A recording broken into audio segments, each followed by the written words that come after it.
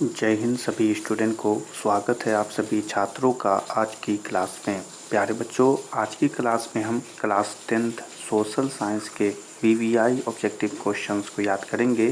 तो आप सभी छात्र इस क्लास को अच्छे से देखिएगा और क्लास में पढ़ाए गए सभी क्वेश्चन और आंसर को याद कर लीजिएगा।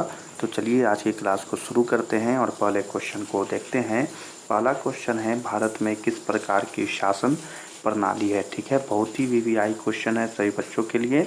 आपके मैट्रिक परीक्षा में बहुत बार आता है क्वेश्चन है, भारत में किस प्रकार की शासन प्रणाली है। ठीक है, तो आपको इस क्वेश्चन का आंसर पता हो तो ज़रूर बताइएगा जल्दी से। ठीक है, तो चलिए इस क्वेश्चन के आंसर की तरफ बढ़ते हैं। तो इसका जो आंसर हो जाएगा प्यारे बच्चों, वो हो जाएगा संघीय और संसदीय। ठीक है, तो ये जो क्वेश्चन था उसका आंसर हो जाएगा प्यारे बच्चों संघीय और संसदीय। तो आपको याद रखना है। ठीक है, चलिए अगले क्वेश्चन की तरफ बढ़ते हैं। अगला क्वेश्चन है, सही बच्चे ध्यान देंगे, बिहार में पंचायती राज व्यवस्था का कार्यकाल है। ठीक है, क्वेश्चन है कि बिहार में पंचायती राज व्यवस्था का कार्यकाल कितने वर्षों का होता है। बहुत ही वीवीआई क्वेश्चन है, परीक्षा में आ सकता है। ठीक है, तो इस क्वेश्चन के आंसर को अगर देखें तो यहाँ पर इस क्वेश्चन का जो आंसर बनेगा वो बनेगा 5 वर्ष। यानी कि अगर देखा जाए तो भारत में अधिकतर चीज़ों का जो समय निर्धारण है वो 5 वर्ष है। ठीक है, सरकारी कामों में तो 5 वर्ष होता है, तो आपको याद रखने में आसानी होगा। चलिए अगले क्वेश्चन को देखते हैं। अगला क्वेश्चन है, पटना नगर निगम के प्रधान को क्या कहा जाता है। अगर पटना के आपको पता हो तो जल्दी से बता दें।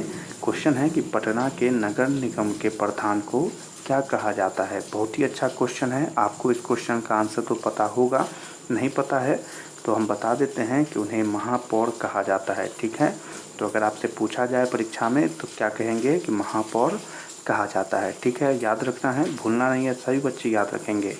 अगला क्वेश्चन है, सभी बच्चे ध्यान देंगे, पंचायती राज के त्रिस्तरीय समरूप में इनमें से कौन नहीं है। ठीक है, आपसे क्या पूछ रहा है, कौन नहीं है। ठीक है, तो यहाँ पर क्या आंसर बनेगा वो आंसर भी देख लेते हैं। तो यहाँ पर जो आंसर होगा प्यारे बच्चों वो हो जाएगा नगर निगम। ठीक है, तो कौन नहीं है आपसे पूछ रहा था, तो यहाँ पर जो आंसर बनेगा वो बनेगा कि नगर निगम नहीं है, सदस्य नहीं है। ठीक है, चलिए अगले क्वेश्चन की तरफ बढ़ते हैं। अगला क्वेश्चन है, भारतीय संविधान के, ठीक है, भारतीय संविधान की 8वीं अनुसूची में कितने भाषाओं को स्थान दिया गया है। क्वेश्चन है, भारतीय संविधान की 8वीं अनुसूची में कितने भाषाओं को, ठीक है, कितने भाषाओं को स्थान दिया गया है। ठीक है, तो चलिए इस क्वेश्चन के आंसर को बताते हैं। तो इसका जो आंसर होगा प्यारे बच्चों वो हो जाएगा 22। कितने भाषाओं को स्थान दिया गया है, तो इस क्वेश्चन का आंसर हो जाएगा 22। ठीक है, चलिए याद रखेंगे सभी क्वेश्चन और आंसर को। अगले क्वेश्चन को देखते हैं, भारत में पहला नगर निगम कहाँ बनाया गया था। क्वेश्चन है, भारत में पहला नगर निगम कहाँ बना था। तो इसका जो आंसर होगा सभी बच्चे देख लें, आंसर होगा इसका बच्चों मद्रास या चेन्नई में। ठीक है, देखें सही बच्चे ध्यान से देंगे और याद भी रखेंगे, क्या हो जाएगा आंसर, मद्रास या चेन्नई में। ठीक है, याद रखना है। चलिए अगले क्वेश्चन की तरफ बढ़ते हैं। अगला क्वेश्चन है, सही बच्चे ध्यान देंगे, पंचायती राज संस्थाओं को संवैधानिक दर्जा किस संविधान संशोधन से प्राप्त हुआ है। पंचायती राज संस्थाओं को संवैधानिक दर्जा किस संविधान के संशोधन से प्राप्त हुआ है। तो इसका जो आंसर होगा वो हो जाएगा 73वां संशोधन से प्राप्त हुआ है। किससे प्राप्त हुआ है, तो आंसर क्या बनेगा, 73वां संशोधन। तो याद रखिएगा इस क्वेश्चन और आंसर को। ठीक है, याद रखना है। चलिए अगले क्वेश्चन की तरफ बढ़ते हैं। अगला क्वेश्चन है, निम्न में से कौन नगर निगम के आय का स्रोत नहीं है। ठीक है, निम्न में से कौन नगर निगम के आय का स्रोत नहीं है। ठीक है, तो इससे आपका जो आंसर क्या बनेगा इस क्वेश्चन का, आपको पता हो तो जल्दी से बता दीजिए। इसमें से जो आंसर होगा प्यारे बच्चों वो हो जाएगा आयकर।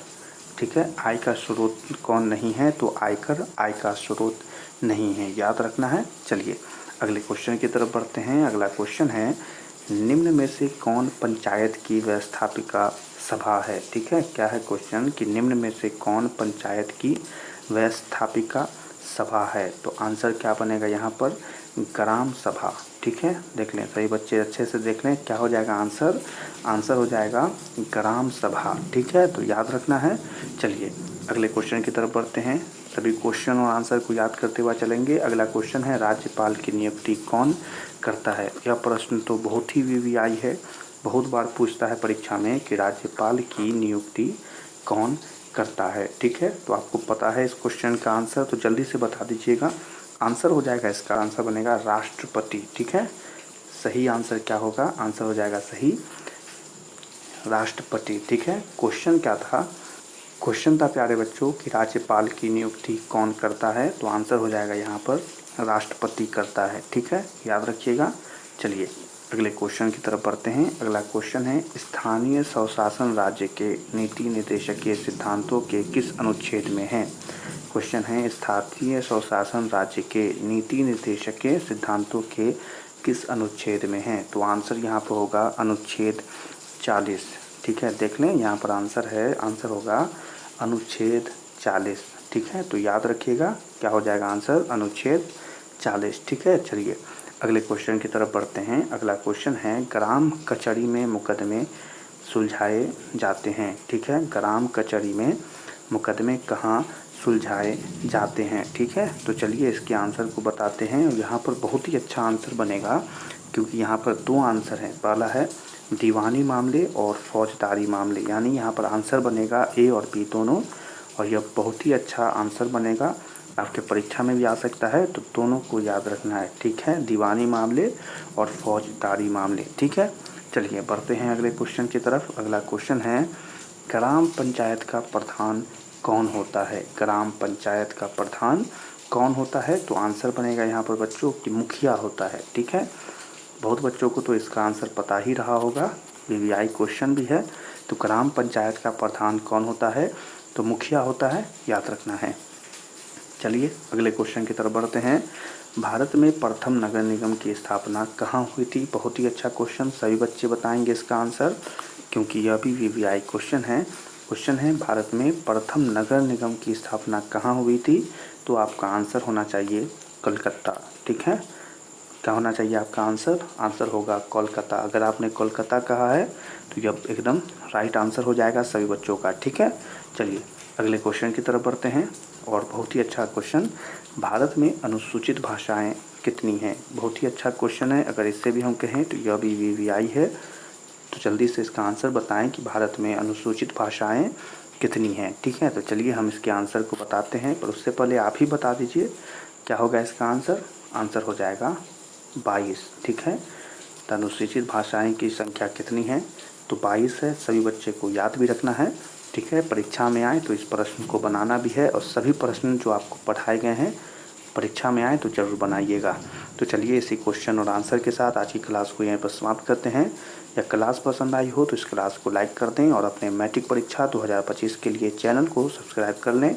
सभी छात्रों से मिलेंगे अगली क्लास में, तब तक के लिए आप सभी छात्रों को जय हिंद।